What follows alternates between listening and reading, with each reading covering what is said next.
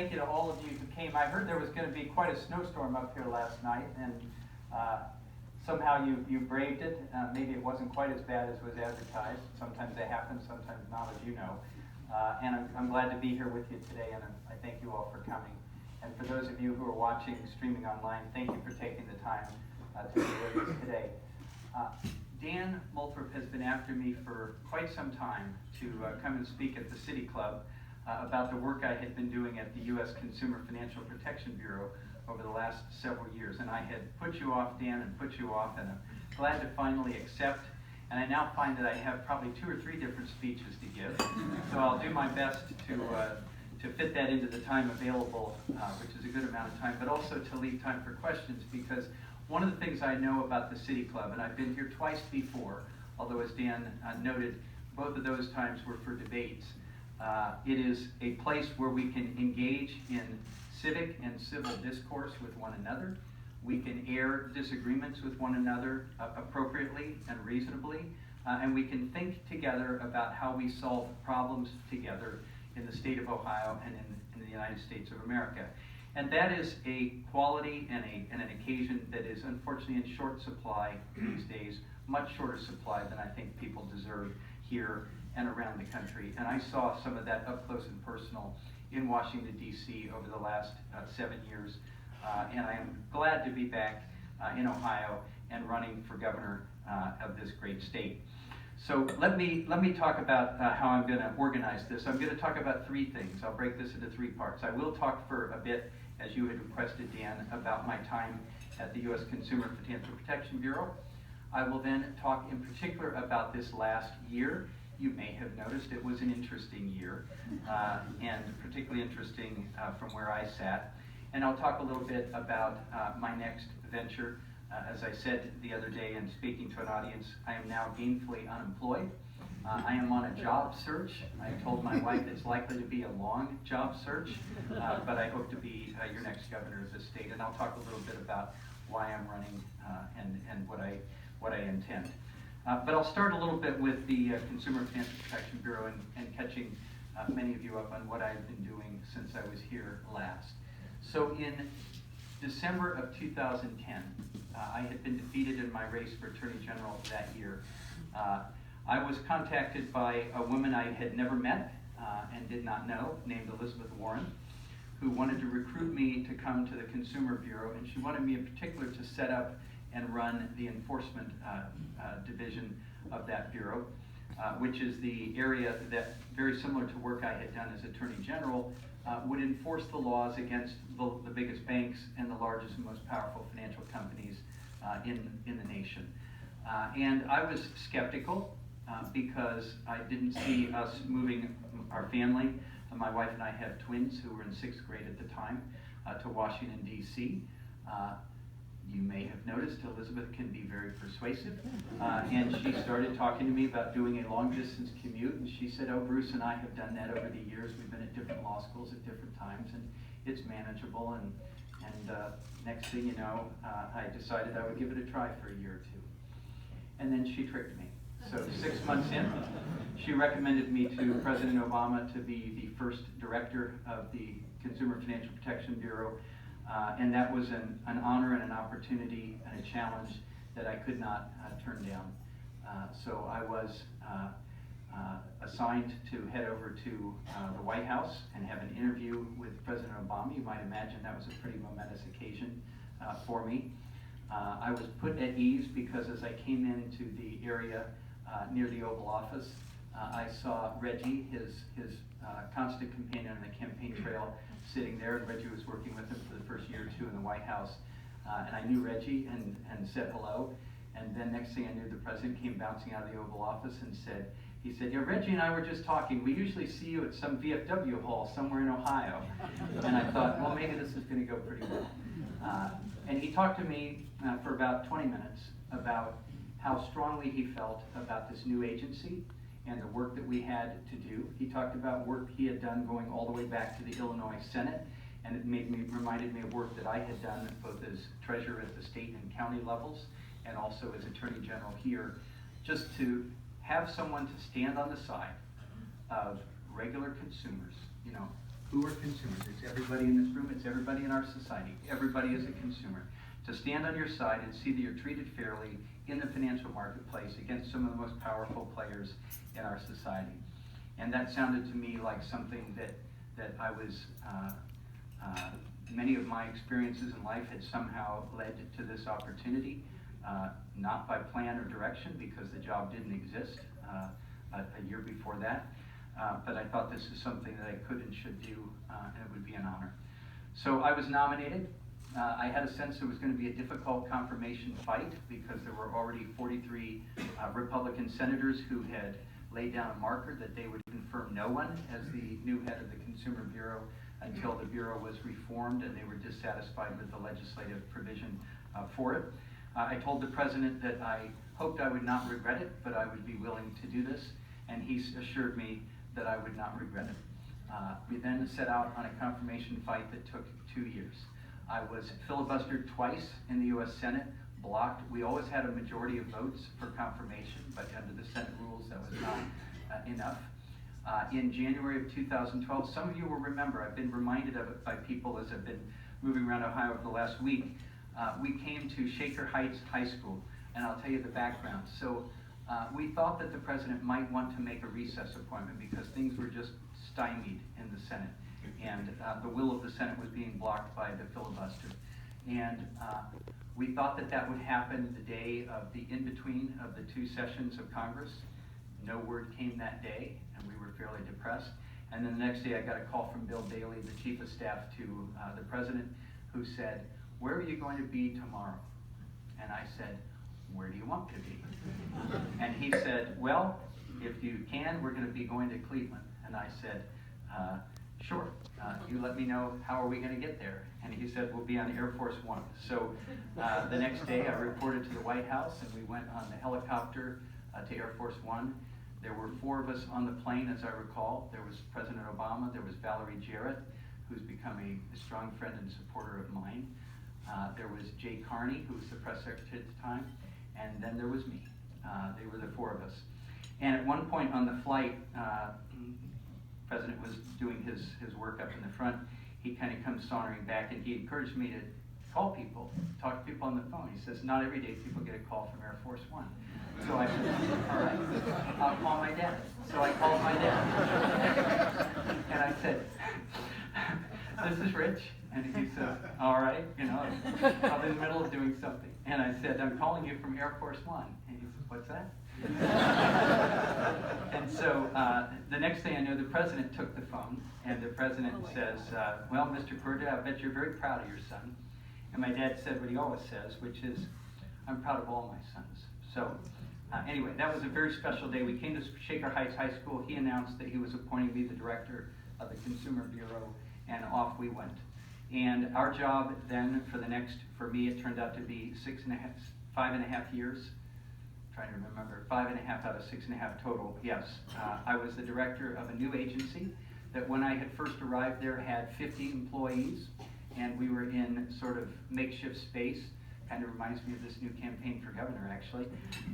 And we built that into, I think, a powerhouse for good in our society. And what did we do during the time I was there? We took enforcement actions near to my heart. That was what I set up there at the agency against the major financial companies in the nation for issues where we felt that they had cheated or mistreated people, needed to be set right. And we put $12 billion back in people's pockets where it should not have been taken from them in the first place. And we cleaned up a lot of practices, some of them deliberate, some of them just negligent or not carefully overseen. But if you're somebody on the other end of it and you're hurt by some fee or problem or issue, it doesn't really matter to you, does it? It's something that needs to be fixed and changed. And that's what we did. We also created an interesting tool, an amazing tool, really. And it was not me, but it was the people at the Bureau who figured out how to do it. In the statute, we were required to take consumer complaints from people all over the country. And that was a scary thing because we had no idea what the volume would be of those complaints. But we organized it and we put it together and we started taking credit card complaints at first, which are a little easier because they're often $10, $15, $30, and you can deal with them in somewhat discrete chunks. Then we started taking, and Jim Rakox in this room will know this well, mortgage complaints, and those are much more complicated, and much more money is at stake, and they are difficult problems to solve. And eventually we took complaints across the whole spectrum. Over the years I was there, 1.3 million Americans filed complaints with us, and they got problems fixed. So if they had a problem on their credit report, maybe there was a mistake or an error, and nobody would listen to them, nobody would bother to fix it for them, and that would block them from getting a mortgage or a car loan, things that start to loom large in people's lives. We fixed those problems, and I was proud of it. And we would hear back from people who were surprised. They were surprised to learn that somebody actually would fix a problem for them, or that 3 days later that thing was fixed that they had been talking about for months. And it was just a real pleasure to have the chance to do that. Or if somebody was being harassed by debt collectors, I don't know if it's ever been true of any of you, they'll call all hours of the day, they'll call all hours of the night, they'll call in the workplace, they do a lot of things, some of which are legal and some of which are not. But unless somebody stops them, they do it. And we got those calls stopped. Or, and there was a case I remember in particular, there was a young man in the military. Like many military service members, he had just left home for the first time, never been out on his own. Now he's at a base. He's got a guaranteed government paycheck for the first time, and he is a ripe target for scammers and predators. And somebody had put him in a terrible auto loan, and his dad was mad about it, and his dad was complaining everywhere he could think of, and nobody was doing anything. And he brought the complaint to us at the Consumer Bureau, and over time we brought an enforcement action and got back thousands of dollars for 1,600 active duty service members, and that was good work that we did. So that was what I did for the next 5.5 years. And there was opposition, and there was criticism, and there was pushback all the way, because people don't like to have someone looking over their shoulder, or people didn't want to have to change, or they didn't want to be called out in enforcement action, or they didn't want to have to give money back to people. And I always regarded that as a badge of honor. The more criticism we got, I felt that if they were criticizing us for trying to do too much to help consumers, again, all of us, that was the price I had to pay to do that good work, and I was willing to pay it. Now let me fast forward to this year. So there was an election in November of 2016, you may remember it. And as soon as that election was decided, there started to be intensive calls and voluminous calls for me to be fired from that job because of the so-called overreach and unaccountability of the Bureau and various criticisms. That created a very difficult climate. We had a lawsuit at the time pending in the Court of Appeals in DC as to whether I could only be fired for cause or could be fired at will. And that lawsuit was a complicating factor in things, a helpfully complicating factor in things. But there were people putting together the dossiers of why I should be fired for cause, and that would have been a smear attack on me personally and on the Bureau personally. And I took it personally. And we prepared a lawsuit that I would have brought personally to sue the president if he had fired me from that job. I was going to stand and fight, and I let the administration know that, and I think that that fight perhaps was not worth their while. So the next question was, and my children actually found an analogy in, I guess it's Greek mythology, the sword of Damocles. Do you remember, everybody remember the sword of Damocles? Hanging over the person's head by a string, ready to fall at any time. That was sort of what I was under. And starting on January 20th, I went to work each day, not knowing in the morning whether I would be fired by the evening. And then the question was, while I was under that sword, were we going to do things? Were we going to continue to fight for consumers and work for consumers? Or were we going to duck our heads and pull in our horns and not do anything to rock the boat? I was not willing to stay there if I was going to not rock the boat. We had important work to do. It was continuing the work that we had been doing, and there were two rules in particular that we had spent years of work on that I thought it was important to get done. The first was a rule about arbitration clauses, which blocked people from going to court, and people banding together to go to court to get wrongs righted. And I thought it was important for us to finish that rule, which we did. You may have seen that the Congress then acted and ended up overturning the rule on a 50-50 vote in the Senate, where they motorcaded Mike Pence across town to cast the deciding vote to overturn that rule, and the president signed that into law. We did all we could on that one. But I will tell you that 3 days later, Barney Frank, who was the author of the Dodd-Frank Act, called me and said, Rich, I know you're disappointed, and your people are disappointed, but understand you've made this into a visible issue, and someday the arc of history will change, and that will be legislated, and that will be changed. So don't despair. You fought a very good fight, and it was an important fight. Although it was also a sign of how much more could I get done. There was one more thing that was very important to me and to the Bureau. We put years of work into a rule on payday lending. Those of you in this state perhaps remember that payday lending was reined in by the voters of this state in 2008 by an overwhelming margin, but lenders continue to operate, and we have some of the highest interest rates in the nation here at 581%. Check that, 581% on these loans. And they trap people in debt, and they create a lot of misery across the country.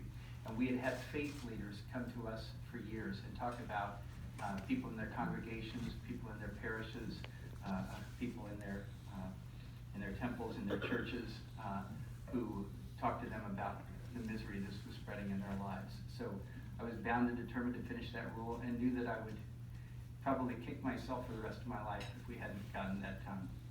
We finished that rule in October.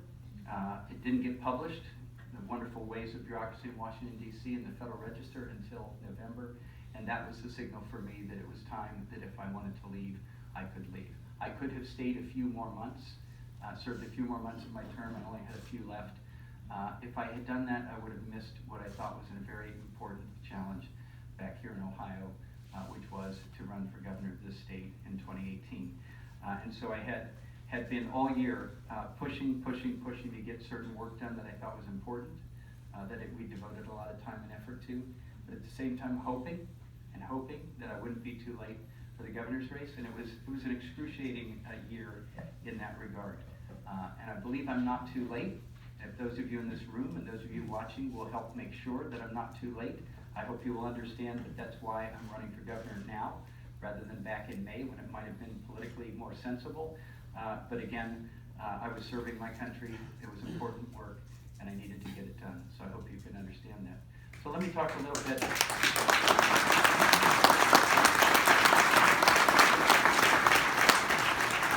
That tells me that you understand that. Thank you. So let me talk a little bit about why I'm running for governor of Ohio. And we kicked off this campaign at a diner in my hometown by the felicitous name of Lily's Kitchen Table. And it's a wonderful place. I go there quite a bit on the weekends. I've always commuted back and forth to Washington, D.C. People are welcoming me back to Ohio. I've always been in Ohio, and my children went from the 6th grade through middle school, through high school, and graduated from high school just last spring. And I calculated that I had made that flight back and forth to Washington, D.C. over 300 times over those 6.5 years. And I was willing to make that sacrifice, and my family was willing to have me make that sacrifice because they didn't want to move to Washington, D.C. And by the time I finally got confirmed, they're like, well, we're in this pattern. You keep going back and forth. We're very happy here. And my children used to call me every day about 6:20 in the morning and talk to me during breakfast, and I was not always at my best during those conversations, but it made things okay. So I kicked off my campaign for governor by saying that there are two things that I bring to this race, and I think maybe there's three.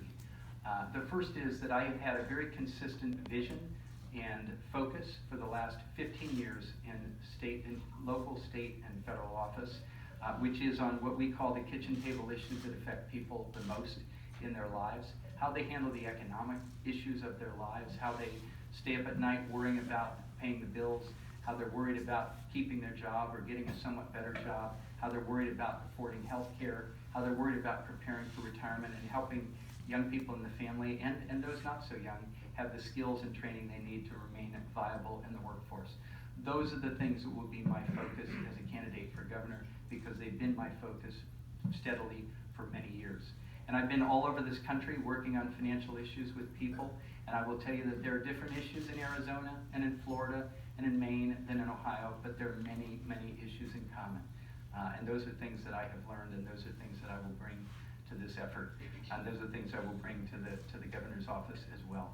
The second thing that I can offer is a track record of getting results on these issues. I am willing to stand and fight for principles that are important. I'm willing to stand up and fight for people so that they have the opportunity, again, to be treated fairly in their lives and with dignity and respect. And it's not always about the money for people. It's about being respected and treated in an appropriate manner. And we saw that again and again. I remember a field hearing we had in Detroit. There was an elderly woman who stood up during the public testimony portion. She wasn't very tall, so she stood up, and she wasn't very easily distinguished in the crowd, but she piped up and she had something she wanted to say. And what she had to say was that the credit reporting companies, and that was the subject of the discussion that day, the credit reporting companies think that I'm dead. And I can't convince them otherwise. And what was interesting was she was obviously very much alive, very energetic woman, and they just wouldn't give her the time of day to bother to fix her file or to take her documentation or make it right for her. And it wasn't just the fact of the matter, but obviously she felt that if she had been somebody, they would have fixed it for her. But because she was nobody in their eyes, they wouldn't bother to do that.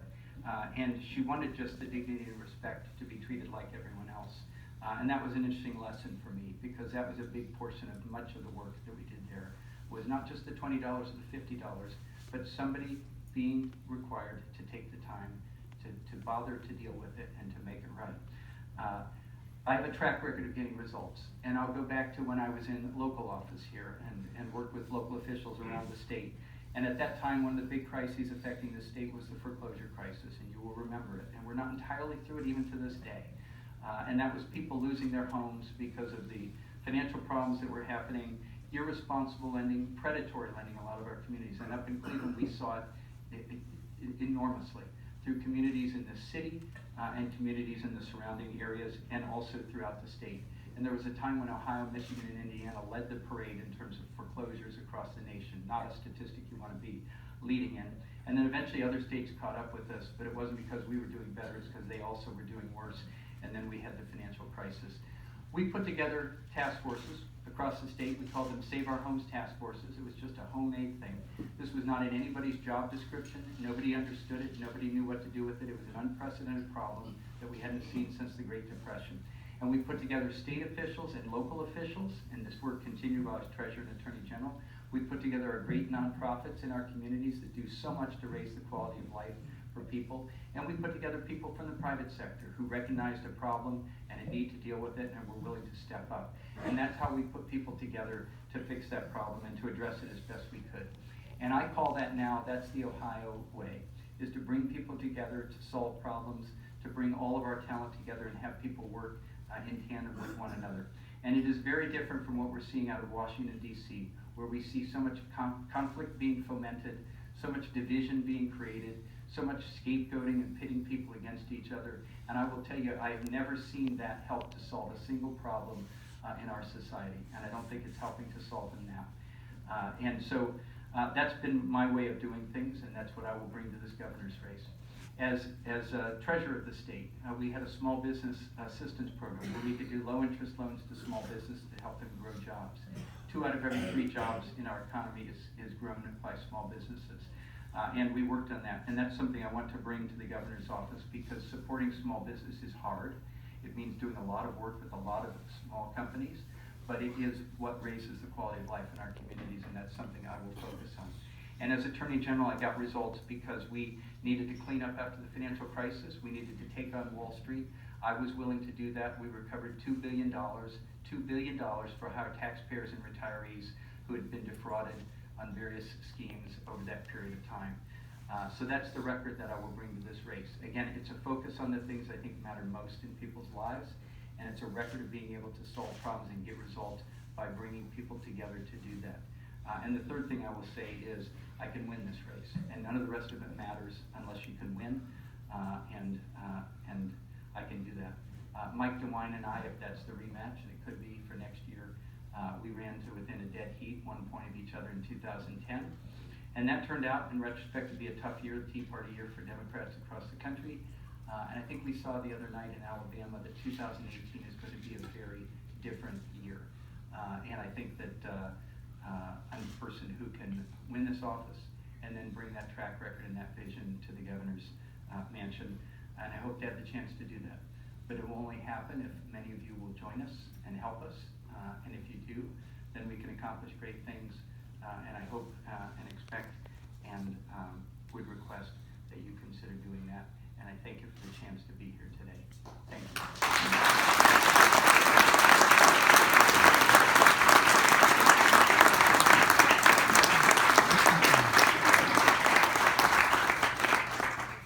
So today we are enjoying a forum in our Ohio 2018 meet.